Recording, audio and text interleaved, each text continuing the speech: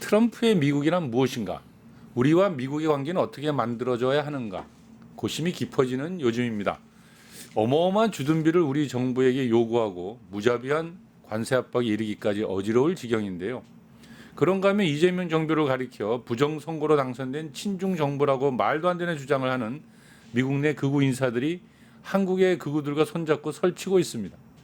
오늘은 밀려오는 미국발 이슈를 둘러싼 대담을 진행하고자 합니다. 요즘 누구보다 열일하시는 분이죠. 조국혁신당 김유영 의원님 나와 계십니다. 어서 오십시오. 네, 안녕하세요. 반갑습니다.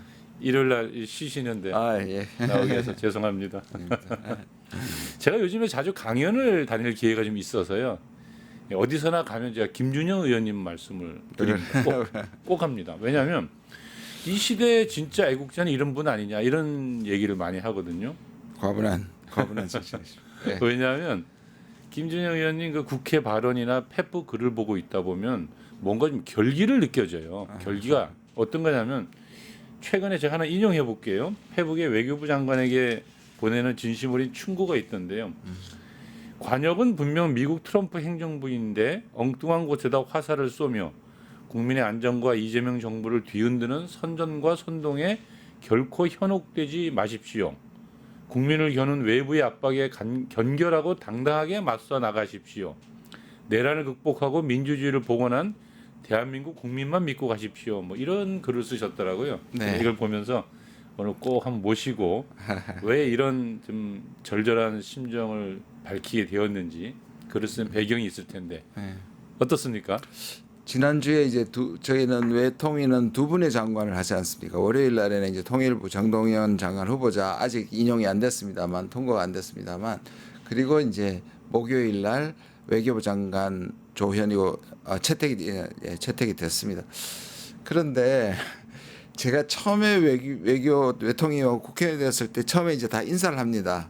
그래서 제가 그때 한 말이 뭐냐면 국익에 여야가 없다는 말 너무 많이 들어봤는데 제가 이때까지 경험한 걸 보니까 야당이나 반대하는 쪽에 입 다물게 하기 위해서 그 말을 주로 쓰더라.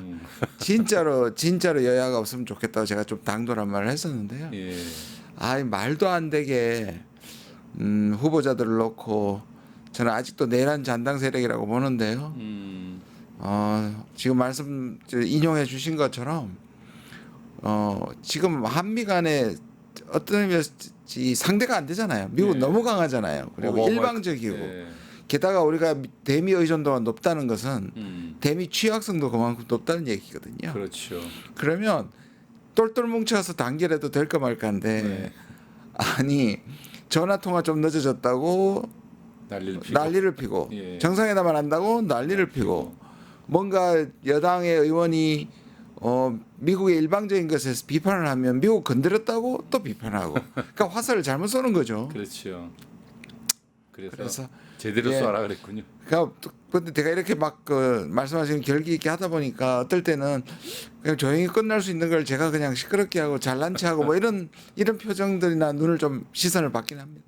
아니 근데 저는 그 문제는 뭐 정확합니다. 뭐냐면 사람이 학자로 있을 때와 정치인이 되었을 때가 달라지는 모습을 좀 너무 많이 봤거든요. 그런데 김준영 의원님은 학자로 있을 때도 늘 일관된 이야기를 했고 그때는 네. 도리어 더 부드러웠던 것 같고 정치인이 되면 더 눈치를 보고 사람들이 타협을 하기 마련인데 도리어 그 생긴 힘을 가지고 정확하게 문제를 지적하고 정말 국민들 앞에 당당하게 살아야 된다는 얘기를 하는 것 같아서 고맙습니다. 자 그럼 얘기 나온 게 이제 네. 시작을 해볼까요? 그 며칠 동안 윤석열 면회하겠다고 나타난 모스탄 때문에 무척 시끄러웠는데 예. 그 뭐 국제 형사 사법 대사를 지냈고 북한 인권 문제를 지속적으로 제기해 왔고 이 모스탄은 최근에는 이재명 정부를 가리켜서 이제 이 부정 선거로 당선된 친중 정부다 뭐 이런 이야기를 많이 하는 사람이잖아요. 네. 또 이제 뭐 얼마 전에 있었던 그 미국 워싱턴 내셔널 프레스 클럽에서 개최된 그 국제선거 감시단 기자회견에서는 말도 안 되는 소리를 했는데 뭐 이재명 대통령이 청소년 시절에 어떤 뭐 젊은 여성을 집단 성폭행하고 살해하는 사건 때문에 소년원을 갔다. 그래서 중학교 못 갔다. 이게 사실 우리 온 국민이 이재명 대통령의 어린 시절을 다 소년공 어린 이재명을 다 아는데 이런 이야기를 그냥 버젓이 막 한단 말이에요. 네. 도대체 뭐 이런 사람이 다 있냐 싶은데 문제는 이 사람이 주한 미대사 후보 중에 하나라는 얘기 때문에 제가 약간 좀 흥분됐는데. 예, 저도 그것 때문에 안 그래도 이 예. 문제를 제가 제기를 하면서 혹시라도 인사청문회에서 내가 이 사람을 거론하는 게 이 사람이 오히려 더 키워주는 것일 수 있어서 예. 그런데 걱정이 되는 거는 지금 트럼프의 사고 속에 예. 또는 트럼프에게 영향을 끼치는 마가의 주요 인물이 두 명이 있습니다. 그 사람이 이제 로라 루머라는 사람하고 로라 스티브 배넌이라는 사람인데 이 사람들이 대놓고 똑같은 얘기를 하고 있습니다. 이 사람은 지금 말씀하는 이 모스타는 이제 일종의 한국국의 그냥 교포잖아요. 네. 동포 신분 가운데 실제로 마가의 실력자들이 그렇게 얘기를 하고 있고 그다음에 이재명 대통령이 당선이 됐을 때 한참 있다가 공식적인 축하는 안 했고요. 기자들이 물으니까 논평을 뭐라 냈냐면 앞부분에서는 공정한 선거를 통해서 당선된 걸 축하한다. 앞에 공정한 거 붙이는 것도 웃기고요. 뒤에는 뭐냐 그러나 중국의 개입과 영향력에 대해서 우려한다. 이게 축하 메시지예요. 그럼 말이 되는 소리를 해야지. 그럼 그죠? 이것도 마찬가지예요. 우리가 예. 이걸 항의해야 되는데 예. 그런 소리 왜 듣냐고 또 화살을 등에다 쏘는데 먼저 이 사람의 국제선거감시단 이러니까 무슨 우리 옛날에 한국에 가서 유엔 선거 감시단. 예. 그런 것처럼 권위 있는 게 아니고요. 이 사람들은 예. 아무것도 아닙니다. 그냥 한국의 부정선거라는 것을 규정하고 자기들 한국 국민이 아니니까 국적이 예. 마치 국제적으로 무슨 공인된 선거를 감사하는 어느 사람은 좀 꾸며가지고 실제로 6월달에 우리가 갔을 때 그 전부터 이 소문을 퍼뜨렸고 그렇죠. 그저 총선도 그랬었고 예. 그 전에 선거도 그래서 그걸 계속 확산하면서 들어왔던 사람입니다. 우리 대선 기간 중에 와서 뭐 활동을 와서 했나요? 했었죠. 한 네 사람이 온 걸로 예. 알고 저는 이 사람 전에 예를 들자면 이제 그 한 분은 이제 전직 하원의이고 지금은 현직인데요. 영킴 영킴. 전한기라고 만나고 아마 아니죠. 참 전 무슨 정광훈 정광훈하고 목사. 만나고 거기는 부정선거까지는 얘기 안 했지만 이 친중 정부라 욕하던 사람이었고 그다음에 이제 미셸 스틸 파악이라는 사람이 있습니다. 이 사람이 이제 전 하원의원인데 이분도 계속 이재명 공격을 하고 그다음에 애니 첸이라고 들어보셨죠? 아, 그다음에 캐시팩 돈 거기서 대주는 하고요. 사람. 돈 대주는 사람이고요. 굉장히 돈이 많죠, 애니처럼. 그렇죠. 그다음에 고든 창이라는 사람이 대만계도 있는데 이 사람은 트럼프가 많은 사람 속에 이렇게 모여서 이렇게 세워가지고 이 사람이 하는 말은 전부 진실이다. 예. 라고 하는 사람인데 이 사람이 바로 부정선거를 얘기하는 사람입니다. 그렇죠. 근데 곧 이 모스타는 저는 이번에 처음 알았어요. 근데 파고 들어가 보니까 이 사람을 제가 만난 적이 있더라고요. 아, 언제 본 적 있습니까? 한동대 법대 교수를 했더라고요. 오. 그래서 제가 있던 때와 한 2년을 겹쳤는데 물론 공간이 다른데 예. 어딘가 얼굴이 좀 익숙하다는 느낌이 아마 그것 때문인 것 같은데요. 뭐 제가 25년 가르친 학교이긴 하지만 이렇게 극우적인 분이 꽤 많은 부분이에요. 또 아시다시피 기독교 근본주의자들이 그렇죠. 중심이 되어 있고 이분도 지금 연평제일교회 목사님 아들인가요? 아마 그렇죠. 그래서 집회도 연평제일교회에서 했고요. 예. 그러니까 뭐 여의도에 세이브 코리아도 마찬가지고 지금 연결되어 있는 분인데 그런데 이제 이 사람이 얘기를 그렇게 해버렸어요. 자기가 주한미국 대사 후보군 중에 최종 후보에 올랐다. 맡겨주시면 영광이다. 뭐 이런 여러 말을 차례 했어요. 공헌을 하고 다닌다면서요? 예. 근데 이 사람이 앞에 거짓말을 한 사람이면 뒤에도 거짓말을 했을 가능성이 사람이 신뢰를 하기 예. 어려운데요. 혹시나 제가 아까 말씀드린 것처럼 트럼프가 마가의 영향을 받고 아까 백악관 논평도 그렇게 나오고 그러니까요. 그다음에 지금 이 사람들 얘기 때문에 제가 말씀드린 이 5명 중에 이 사람을 포함해서 5명 중에 어느 누구도 와서는 안 된다는 말을 오히려 공론화시키기 위해서 제가 일부러 했습니다. 정말 잘하셨습니다. 왜냐하면 예. 물론 왔을 때 우리가 이렇게 얘기합니다. 신임장과 아그레망이 있는데요. 그렇죠. 이게 이종섭 도망갔을 때도 제가 이걸 분명히 말했는데 가장 쉽게 이해하는 방식은 신임장은 우리 여권입니다. 대한민국 국민이라는 걸 인정해주는 여권이고 이걸 줘서 보내고 아그레망은 비자입니다. 그 나라에서 비자 수용하는 줘야 거. 되고, 예. 그러니까 신임장은 우리 대통령한테 받겠죠. 미국이면 미국의 신임장을 만약 모스탄이 된다면 신임장을 트럼프한테 받고 우리 대통령이 아그레망 어그리먼트거든요. 불어의 어그리먼트 때 수용한다는 뜻입니다. 근데 저는 만약에 이 사람 되면 아그레망 거절해야 된다고 생각합니다. 근데 거절한 예가 있어요. 매우 예외적인 드문 케이스지만 경우겠지만. 왜냐하면 예. 예를 들어서 범죄 혐의가 있다든지 예. 그 나라에 부임하는 나라를 무슨 멸시했다든지 망을 그렇죠. 했다든지 그럼 예. 당연히 할 수 있거든요.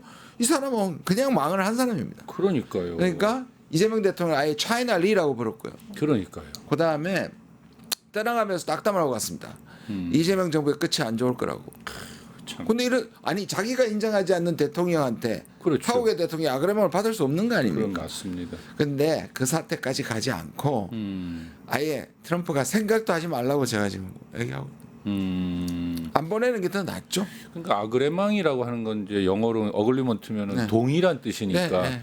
우리 정부가 아그레망을 안 주면 못 오는 못 거죠. 오는 동의를 겁니다. 안 해주면. 예. 그러니까 사실 하지만 미국에서 신임증을 줘서 보냈는데 우리가 아그레망을 안 한다는 소리는 상당한 좀 외교적 마찰을 가고 마찰이 벌어진다는 좋은 것이고. 일은 아닙니다만 예. 그래도 받는 일보다는 낫습니다. 그렇죠. 아이고 우리나라 대통령이 범죄자라 하고 친중 정부라고 하는 사람을 근데 그렇게 미 대사로 올 가능성이 있다는 자체가 좀 굉장히 좀 그러니까 트럼프 황당합니다. 정부가 예. 마가라는 극우가 있고 예. 지금 있는 언급된 더 5명 고든창 예. 또 애니 첸 그다음에 영킴 영킴 그다음에 미셸 스틸팍 그리고 모스탄입니다. 그 사람들이 이들이 다 다 가능성이 코리안 있어요? 아메리칸입니다. 그러니까. 전부 다 가능성이 있어요. 대만만 빼고 두 분 대만만 빼고. 예. 이 사람들이 다 조한 미대사 가능성이 있습니까? 미셸 스틸팍은 상당히 지난해까지 유력하게 결했고요. 영킴은 하원의원이라는 측면에 있지만 우리나라처럼 가끔 하원의원이 될 수도 있으니까요. 조셉류는 뭐 스스로도 굉장히 하려고 노력은 했지만 좀 실패한 예, 사람이고 그런 거고 아니면 뭐 여전히 조셉준을 빅터 차도 있지 않나요? 빅터 차는 있는데요. 빅터 차는 좀 과거가 있습니다. 빅터 차가 처음에 이 전문가적 식견이 있어 이분이 아무리 보수라도 트럼프는 부적격이라고 연판장을 돌리는데 서명을 해버렸어요. 일기 때. 일기 때. 미국의 외교 정책을 위험하게 할 수 있다 이래서 한 100몇 명 했는데 거기다 사인을 했는데 이 사람이 나중에 앞불사하고 반성문을 또 씁니다. 그래서 이미 때는 늦었군요. 등용될 뻔했는데 네. 제가 듣기로 여기까지는 팩트고요. 팩트고. 그 이후에 제보들이나 이렇게 듣는 바는 그분이 이 사전 뭐라 그럽니까 이거 그 살펴보는 해보니까 그분이 뭔가 좀 걸려서 걸렸군요. 예, 청문회에 문제가 될 것 같아서 포기됐다는 얘기까지 들었습니다. 알겠습니다. 네. 근데 이제 그 모스탄 이야기를 조금만 좀 진행시키고 이제 끝을 내야 될 것 네네. 같은데 그럼 미대사로 오고 안 오고를 떠나서 제가 좀 우려되는 지점이 좀 있습니다. 뭐냐면 그가 서울에 나타나는 게 이번이 처음이 아니잖아요. 네네. 윤석열 쿠데타 시도가 실패한 이후에도 계속 친윤 극우 집회에다 나타났고 또 대형교회 예배에 등장해서 윤석열을 하느님이 보낸 사람이라 그랬나요? 뭐 윤석열을 칭송하고 또 한국의 부정선거 계속 지적해 왔는데 이게 일개 이제 극우 인사의 돌출 행동은 아닐 것이다. 왜냐하면 아까 쭉 말씀하셨잖아요. 여러 사람들, 그 미국의 여러 사람들 얘기하셨는데 그 사람들과 아까 말한 그 전광훈, 세이브 코리아, 소년모, 또 황교안, 민경욱에 이렇게까지 다 이게 하나의 광범위한 네트워크가 형성돼 있지 않느냐. 그러니까 저는 제가 볼 때 이게 한미 극우 동맹이 형성되고 있는 거냐. 거기에 국민의힘은 어떤 태도를 취하고 있는 거냐. 이런 게 좀 궁금해지더라고요. 오늘 아침에 그래도 조원희하고 한동훈은 저 정광훈과 아니 저 계속 핵 권리를 그 두 분 전환기라고 전환기라고 선을 그었어요. 그러나 또 김문수는 우리도 품어야 된다고 안에서 갈라지는 것 같아요. 뭐 정광훈 만세를 뭐 외친 그러니까요. 사람이니까. 예. 그러니까 품어야 된다고 내부도 그러니까 이게 지금 국민의힘에 가져온 딜레마잖아요. 그들을 지금 내치지를 못하잖아요. 그렇죠. 거기다 계속 뭐 지금 누구죠? 윤현숙입니까? 윤현숙입니까? 아 요새 혁신위원장 예, 하시는 분이 그것도 뭐 혁신위원 세워놓고도 지금 제대로 예, 혁신이 예. 안 되지 않습니까?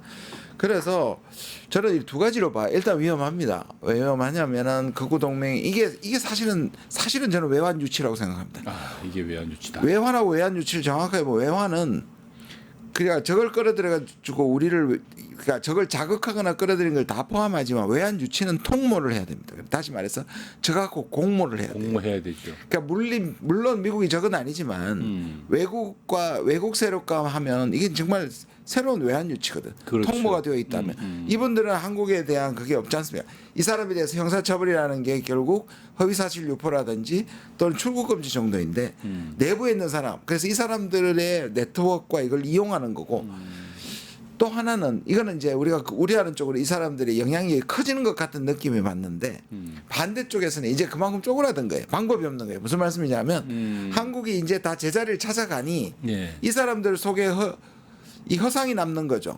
기억나시잖아요. 감옥에 있을 때 나오기 전에 석방되기 전에 중간에 잠깐 석방되기 전에 미국이 트럼프가 군대를 보내서 네, 트럼프를 예, 맞습니다. 구출할 것이다. 윤석열을 구출한다. 그 사람들의 허상의 연장 속에서 이제 남은 거는 미국이 윤석열을 구하는 거 외에는 아무런 방법이 없다. 특검이 다시 집어넣었죠. 계속 이렇게 가면 죽는다. 이들에게 뭐 동화줄처럼. 그러다 보니 이성적인 생각을 못하고 그래서 우려하는 것도 맞고요. 그래서 대비를 해야 되고 이쪽은 오히려 쪼그라들었기 때문에 고립되는 게 아닌가 하는 그런 양면이 다 있는 것 같고 그건 좀 지켜봐야 될 것 같고요. 제가 그래서 이런 걸 공론화시키는 게 그나마 효과를 뭐 제 말씀 때문은 아니겠지만 어제 루비오 미 네. 국무장관이 네.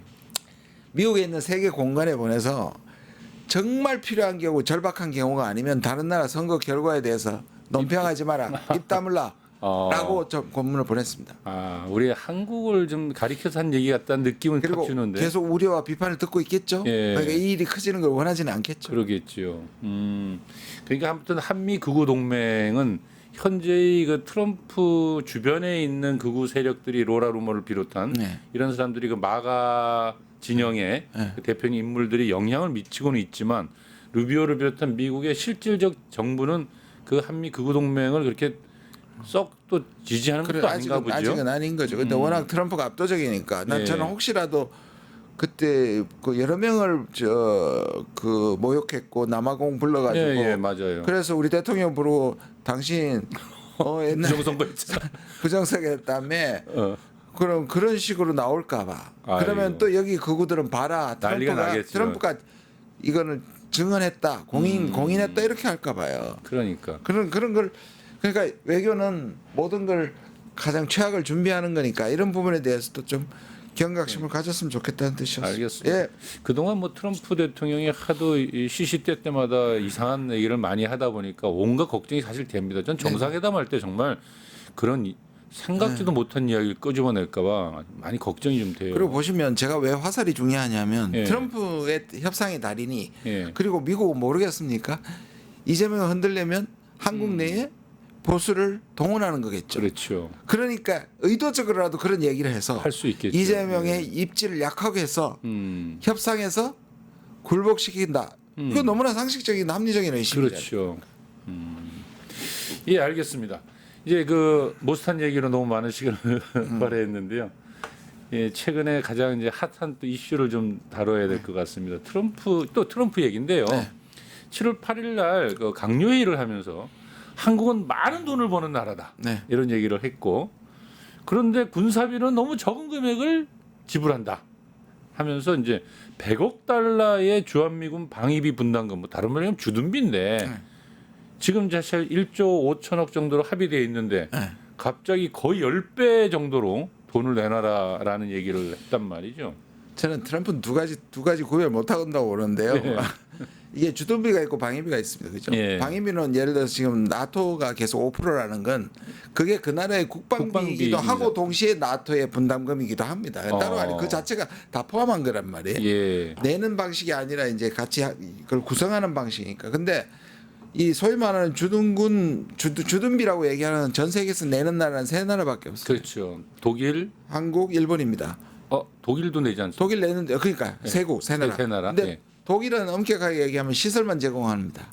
도시 현금 내지 않습니다. 현금을 안 냅니까? 현금 내는 나라는 두 나라밖에 없어요. 일본하고 우리만 냅니까? 또 예. 둘 중에 또 누가 더 불공평하냐? 우리가 훨씬 더 불공평합니다. 일본은 예. 미국이 어디에 필요한가를 딱 조사해 와서 예산을 내면 네. 이거 해가지고 줍니다. 그래서 늘기도 하고 줄기도 합니다.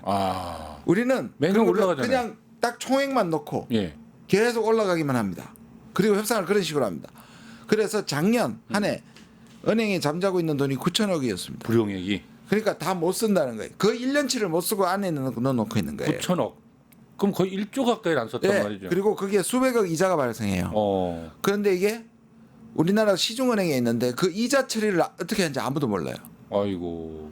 왜냐하면 그 이자가 남는 거는 눈먼 돈이네. 누가 막 완전 써? 눈먼 돈인데 그거는 한국에서는 뭐라 하냐면 외교부에서 다 줬으니까 미국 알아서 미국 쓰는 거다. 거다.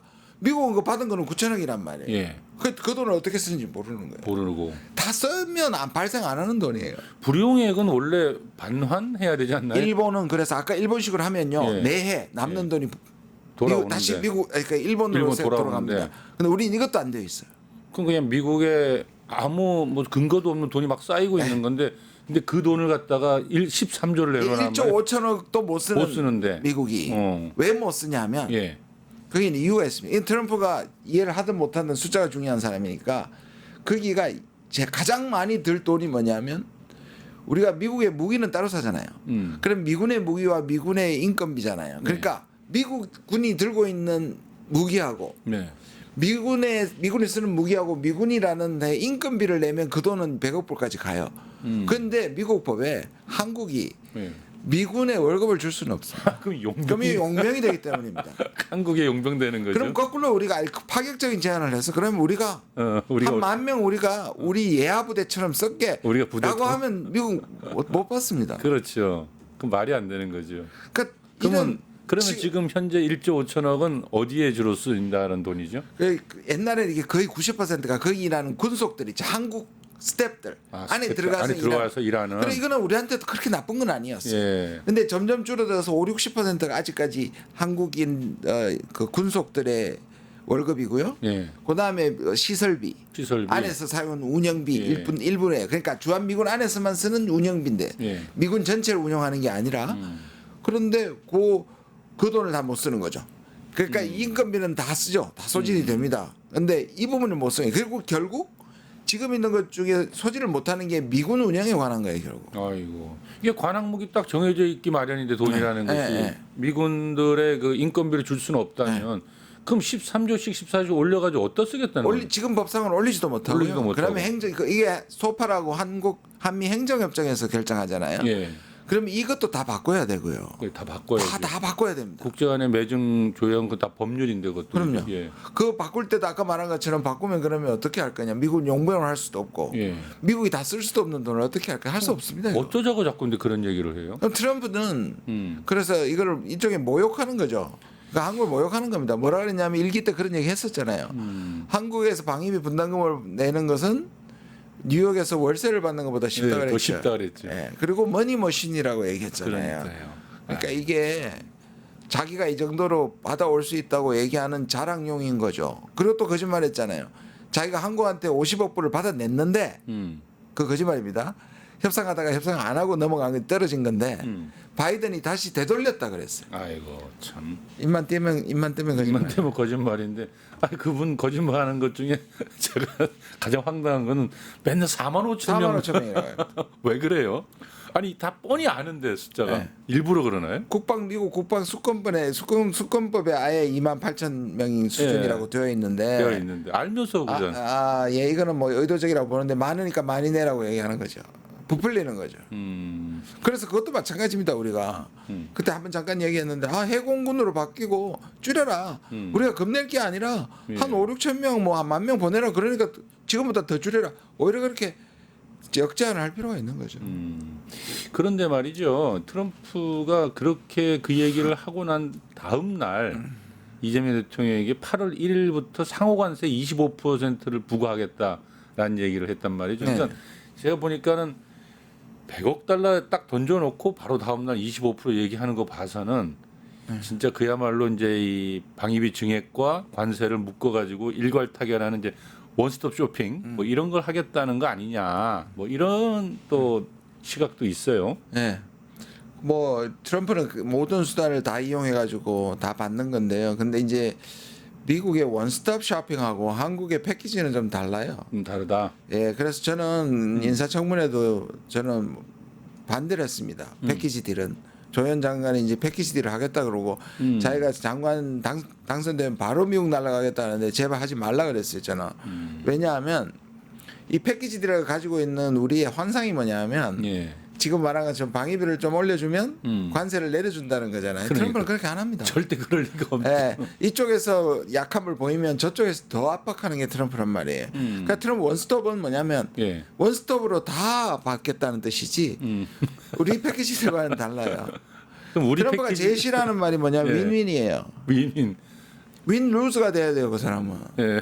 그럼 제일 좋은 건 뭐냐? 예. 속으로는 윈윈인데 윈 루즈처럼 보여야 돼요, 최소한. 자기 눈에는 그리고 우리도요. 우리도 그러니까 말로든 뭐든 포장을 해서 트럼프를 띄워주되 실제로는 윈윈이 되게 하는 전략을 써야 돼요. 아이고 근데 뭐 원래 관세라는 게 둘 다 웃을 수가 없잖아요. 웃을 수 없죠. 한쪽이 웃음 하나 울어야 되는 게 이게 제로섬 게임 아닙니까, 그렇죠? 그런데 트럼프의 전략이 예. 통하는 면, 그래도 어느 정도 통하는 면은 뭐냐면 처음부터 전 세계에 10%를 했다면 오히려 전체 경제가 놀랐을 텐데 막 25%부터 그 때리고 나서 이제 10%는 오히려 양반이다, 견딜 수 있다 이렇게 얘기하는 사람 국가들이 많거든요. 일단 세게 치고 나가야 되는 이 사람이 확실히 그 딜하는 데는 그런 게 일가견이 있네요. 근데 그러는 사이에 지금 미국 내부에서 물가고 뭐고 다 난립니다. 난리가 나겠죠. 예, 장난감 값이 너무 비싸고 장난감을 만드는 나라가 거의 중국인데 지금 중국 55% 몰고 있거든요. 아이고, 그럼 뭐 그 엄청나게 인플레가 일어날 텐데.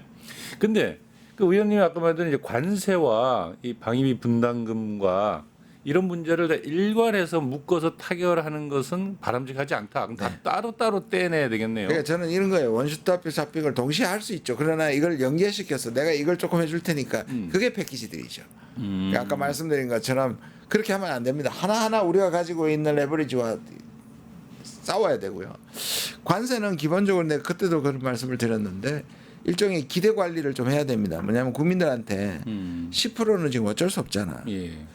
라고 말하고 그다음에 거기에 지금 품목관세로 철강, 품목관세로, 알루미늄, 자동차 다 25% 받고 있거든요. 그렇죠.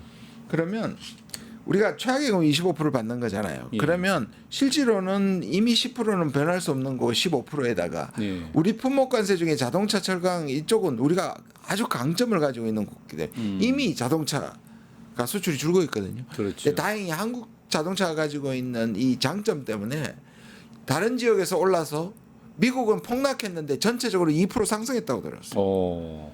그러니까 우리가 너무 지나치게 미국한테 모든 걸 준다고 생각 안 하는 게 좋을 것 같아요. 알겠습니다. 근데 이 문제랑 또 좀 약간 연관되어 있는 문제기도 한데요.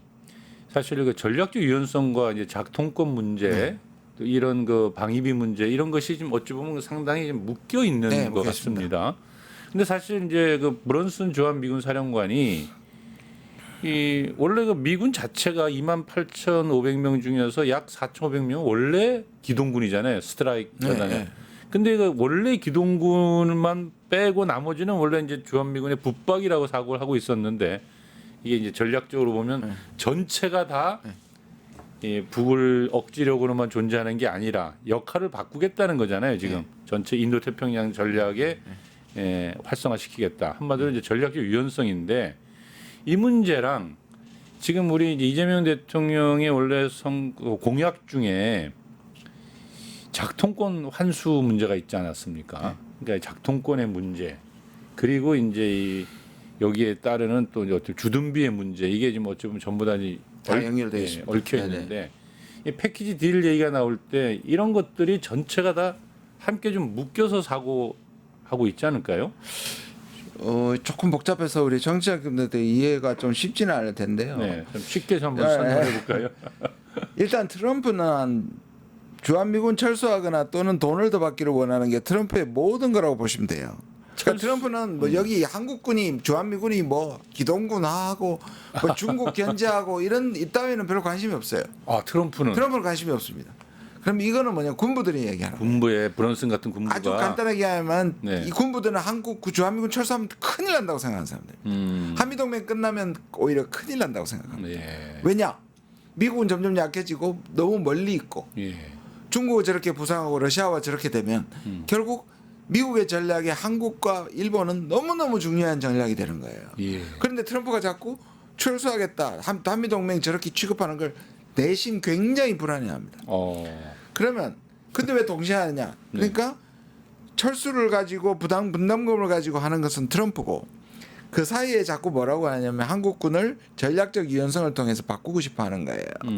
그걸 어떻게 이용하냐면 이 군부들이 트럼프의 철수 협박 가지고 오히려 전략적 유연성을 가지고 우리한테 실현을 하려고 그래요. 그럼 전략적 유연성이 뭐냐면 미군이 원래는 북한의 공격을 막는 대북 억지력으로 한다. 대북 억지군인데 북한이 지금 남한을 칠 가능성이 적어졌고 예. 한국의 재래식 군사가 이렇게 커졌으니 네. 이거 낭비다. 미국이 지금 더 급하다. 이거를 더 보폭을 넓혀서 지역군에 동북아 전체를 할 수 있는 기동군으로 다 만들겠다. 아까 말씀한 4, 5천 명이 아니라 전체 주한미군을 싹 다 이제. 싹 다 움직이는. 네. 그러려면 아무래도 해공군 중심으로 바뀌어야 되겠죠. 그리고 숫자가 줄 수밖에 없습니다. 그러니까 월스트리트에서 뭐 작년에 5, 6천 명 바뀔 수 있다는 게 네. 바로 그런 문제거든요. 네. 그런데 우리가 생각하면 그것도 괜찮네. 트럼프식으로 그러면 하고 트럼프한테 돈 덜 주면 되겠네. 근데 여기서 가장 중요한 게 뭐냐면 우리가 이게 좋은 게 아니라 이게 이제 중국과 러시아, 특히 중국을 놓고 작전을 하는 거죠. 그래서 그렇죠. 브런슨이 예. 중국 앞에 놓여 있는 항공모함이라고 얘기한 거죠. 이거는 우리가 1,000명이 되기 때문에 이렇게 움직이면 중국과 분쟁이 생겼을 때 한국은 바로 그러니까 미국과 중국의 분쟁이 생겼을 때 우리는 중국과 적대 관계가 되는 겁니다. 심각한 문제죠. 그렇죠. 예. 그러면 이거는 우리가 국민투표를 가든지 예. 주한미군 상호 방위 조약을 바꿔야 합니다.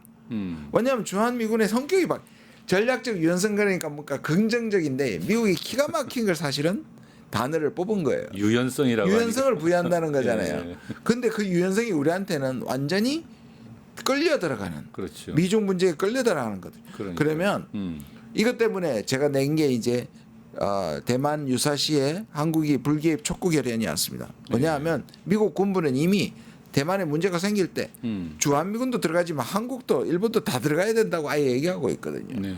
그럼 우리나라가 과연 동맹국도 아닌 대만의 사태에 중국과 적이 될 것을 각오하고 개입하는 게 맞느냐? 이 질문은 국민한테 물어야 됩니다. 그렇죠. 국민투표 사안이에요. 미군이 여기 와서 대북 억지로 존재한 것을 우리가 다 받아들이고 있지만 미군의 성격을 변하는 것은 한미협정도 바꿔야 되고 한국한테도 물어야 되는 겁니다.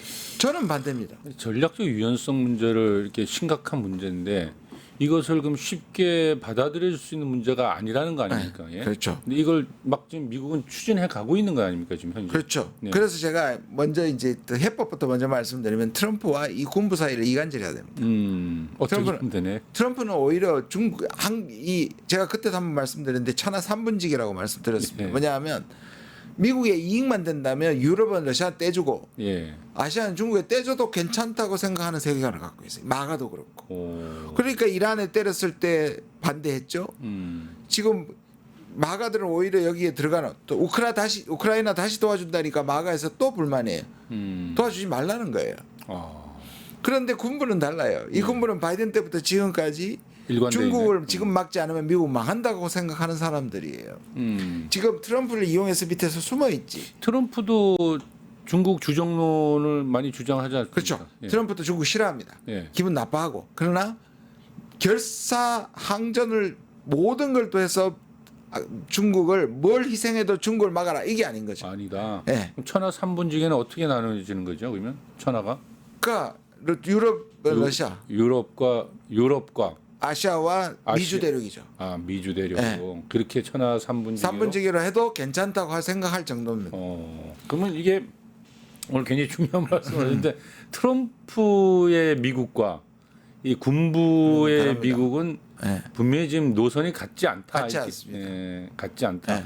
그럼 현재 그 전략적 유연성 문제와 우리가 이제 굉장히 관심 갖는 이제 작통권 문제와 방위비 문제와 관세 문제 이게 전체가 좀 이상하게 뭐 얽혀 있다는 그렇죠. 느낌이 드는데요. 자 보시면 예. 우리한테 전자권을 주는 거는 미국으로서는 돈을 줄이는 겁니다, 그렇죠? 예, 그래서 원래 처음에 노무현 대통령이 나온 얘기는 예, 럼스펠트 이 사람들이 나온 얘기는 그렇죠.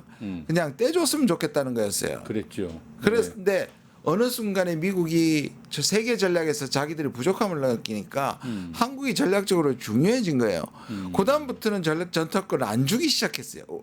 옛날에는 분담의 원칙으로 전차권을 주고 싶어 했던 게 미국입니다. 예. 근데 지금 안 주려는 이유가 예. 한국군하고 이거를 전체를 자기가 지휘하고 싶은 겁니다. 그래서 저는 이번에도 이 전자권이 나온 이유는 우리가 우리 쪽에서 나온 것 같아요. 그런 것 같아요. 관세나 전략적 유연성에서 아무래도 미국의 압박이 너무 크니 예. 국내 정치적으로 우리가 이걸 양보하지만 전자권을 가져왔다는 걸로 하려고 했던 것 같아요. 근데 그거는 별로 저는 좋은 방식은 아니라고. 좋은 방식은 아닌 것 예. 같다. 예, 알겠습니다. 오늘 너무 열띠게 얘기하다 보니까 시간 나왔습니까 벌써? 예, 하나만 저 여쭤보고 맞춰야 될 것 같은데요. 그 얼마 전에 우크라이나의 불법 군사 장비 300억 상당 무상 공유한 문제 의원님이 폭로하셨잖아요. 예, 의회에서. 그 얘기 좀 한번 들어볼까요? 아, 이것도 일종의 진짜 외환인데요. 제가 예. 꾸준히 오자마자 우크라이나에 무기 지원하는 거 파병 가능성 이런 거에 대해 끊임없이 예, 추적을 그렇죠. 했었는데요. 예. 이때까지는 이런 것에서 국방부에서 난색을 보이다가 갑자기 저희한테 막 필요한 자료를 막 제공하기 줘요? 시작했어요. 알고 보니 왜냐하면 이게 안보실이 주도를 했는데 그렇죠. 자기들한테 이 덤태기 싫을 것 같으니까 정권이 책임 안 지려고 다 줬는데 그게 받아보니 기가 막힙니다. 이게 제가 의혹 수준이 아니고 국방부에서 받은 정식 자료입니다. 그러니까 한국에서 무기를 우크라이나에 그러니까 군사 장비이지만 첨단 장비예요. 예. 첨단 장비라서 사실은 이제 우회로 탄약도 준 적이 있고요, 그죠? 한 303억에 대한 최신 우리도 그 중에 하나가 이 장애물 제거 전차인데 전차하고 똑같이 생겼습니다. 큰 포 대신에 장애물을 제거하는 아주 최신 장비인데 한 대 50억이거든요. 그걸 세 대를 줬어요. 지뢰도 제거되네. 제거하고. 근데 이 세 대를 줬는데 우리도 적어서 부족하고. 2027년까지 조금씩 확보하던 전차인데 이거 포함해서 27가지 군사 장비를 우크라이나에게 주고 이거를 마치 원조하는 거는 불용 처리된 것만 줄 수 있습니다. 예. 그렇게 첨단은 줄 수 없는데 뒤에다 이건 위장 계약입니다. 왜냐하면 뒤에 뭐라고 붙였냐면 대연대 우크라이나가 나중에 반납을 거부하면 면제된다. 장난치고 있네요. 아니 누구한테 300억어치 주면서 너 안 갚아도 된다고 내가 지금 밑에다 써주는 겁니다. 아니 근데 원래 우리나라 법률상 동맹국을 제외하고는 줄 수 없습니다. 예, 전쟁이나 분쟁 중인 국가의 어떤 군사 장비 원조는 불허하고 있잖아요. 불허합니다. 그거는 국회에서 만약에 되면 국회에 통과해야 되고요. 예. 두 가지만 가능합니다. 말씀하신 것처럼 미국이라는 동맹이 문제가 됐을 때 뭐 하와이가 침입받았다. 예. 그럼 당연히 가야 되는 거고. 보내주게 돼 있죠. 예. 두 번째는 유엔 승인하에서 그래서 우리가 PKO 평화유지군 가는 겁니다. 그렇죠. 거기까지입니다. 예. 근데 우크라이나는 그 아무것도 없이 이거 완전 불법적인 짓을 한 건데 불법적인 짓에다가 예. 위장 계약에다가 에다가 이게 외환죄죠. 이게 외환죄네요. 이거는 뭐 그 안보실 그 우리 맨날 얘기하는 그 그분이 김수태- 가능성이 높습니다. 예, 그때 갔다 왔잖아요 또 우크라이나 몇 번이나 갔다 왔죠. 그렇죠. 그분들 감옥 갈 일이 생길 것 같다는 그리고 생각이 드네요. 이게 문재인 정부 때 이제 우크라이나 우리 4차례에 걸쳐서 도와주는데요. 예. 문재인 정부 1, 2, 3차를 하는데 거기에 한 100여 차례 출장을 갔다면 네. 4차례 안에 800여 차례 우크라이나 수출. 기업과 공무로 출장을 갔다는 거는 뭐 알겠습니다. 여기에 삼부토건까지 연결이 되어 있으니 그러니 말입니다. 예. 삼부토건 얘기는 다음 기회에 한번 더 듣기로 하겠고요. 아유 오늘 막 시간이 많이 돼가지고 그동안 그 김종현 의원이 참 놀라운 일을 많이 하셨어요. 정치는 결국 저는 레토릭으로 한다라는 생각을 하는데 가장 필요할 때 가장 해야 될 레토릭을 가장 정확히 하는 분이다라는 생각을 많이 갖습니다. 그 3월달에 있었던 이 한국 국제 정세를 고려할 때 단순한 한미 동맹 지지 결의는 외교적 자율성을 약화시킨다라는 얘기를 하셔서 또 많은 의원들의 이 반대와 기권을 끌어냈고 또 아까 말한 대로 대만 불개입 결의안 또 올해 4월에 내셨고 또 최근에는 그 우크라이나 불법 무기 공유에 대한 신랄한 비판에 이르기까지 정말 이 대한민국의 자주권을 가진 나라로서의 위상을 분명히 하는데 가장 앞장서고 있다는 생각이 듭니다. 오늘 그 절절한 심정을 아까 좀 모두에 잠깐 들었는데 좀 마지막 그 말씀을 좀 들으면서 대담을 마치려 합니다. 저는 자주 시위 현장에서 말하고 있는 건데요. 저는 지난 6개월 동안 대한민국의 민주주의를 회복했지만 두 가지는 아직 덜 완성됐다고 생각합니다. 두 번째는 평화고요. 세 번째는 자주라고 생각합니다. 이 두 가지가 완성이 돼야 저는 그냥 한 내란 수계를 끌어내리는 게 아니라 대한민국이 진짜 회복되는 그리고 진짜 대한민국의 그 국위와 국격이 회복되는 그런 거라고 생각을 합니다. 예, 알겠습니다. 네. 이재명 정부가 탄생하고 새롭게 외교 관계를 짜야 합니다. 그러나 대한민국을 둘러싼 국제 정세는 정말 심각하기 짝이 없습니다. 숨 돌릴 틈도 없이 맞서 싸워가야 될 파도가 밀려오고 있습니다. 우리가 한시도 잊어서는 안 될 것이 있다면 우리의 주권, 국익인 듯 하고요. 오늘 김준영 의원님 말씀하신 것처럼 이 자주를 실현하는 문제, 우리 모두의 과제입니다. 김준영 의원님의 한마디를 인용하며 마치려 합니다. 트럼프를 맞설 때 서두르지 말고 같은 아픔을 겪는 나라들과 연대하여 당당하게 싸워라. 함께해 주신 여러분 감사합니다. 언제나 날카로운 부서로 우리가 갈 길을 열어주신 김준영 의원님 고맙습니다. 고맙습니다. 네, 세상을 보는 창, 세상을 여는 창, 세상을 바꾸는 창, 김창현의 창이었습니다. 유튜브 구독하고 실시간 채팅과 댓글을 남기시면 매일매일 7,000TTCO를 드립니다. 참여 방법은 통통물 어플을 다운로드하고 회원가입과 로그인을 해주세요. 마이페이지에서 나의 회원 고유 번호를 복사해주세요. 유튜브 구독 후 실시간 채팅이나 댓글창에 고유 번호를 한 번만 입력하면 준비 끝! 지금 유튜브 채팅과 댓글 쓰기 참여하고 7,000TTCO 받아가세요.